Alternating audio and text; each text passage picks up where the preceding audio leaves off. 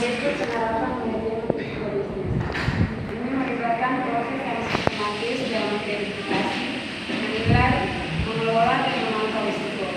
Proses ini bertujuan untuk melindungi bisnis dari potensi kerugian dan memaksimalkan peluang. Yang berikut langkah-langkah utama dalam penerapan manajemen risiko bisnis. Yang pertama, identifikasi risiko. Tahap pertama dalam manajemen risiko adalah mengidentifikasi semua risiko yang memungkinkan yang mungkin mempengaruhi bisnis.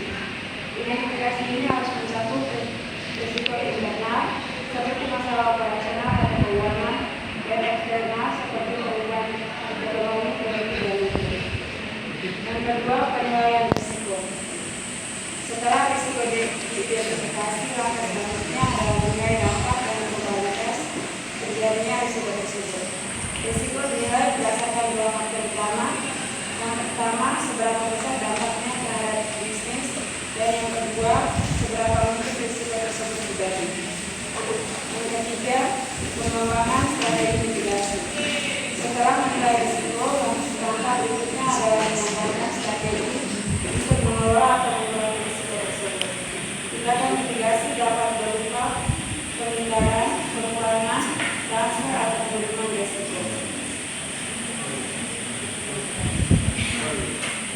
Yang keempat,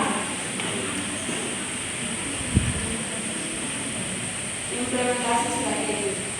Setelah strategi mitigasi ditentukan, strategi tersebut perlu diterapkan dalam operasional bisnis. Ini memerlukan keterlibatan manajemen dan karyawan serta penggunaan teknologi atau sumber daya lainnya. Yang terakhir, pemantauan atau peninjauan. Risiko bisnis bersifat dinamis, sehingga penting untuk melakukan pemantauan dan evaluasi risiko secara berkala. Hal ini memastikan bahwa strategi mitigasi tetap efektif dan bahwa risiko baru dapat segera diidentifikasi dan dikelola.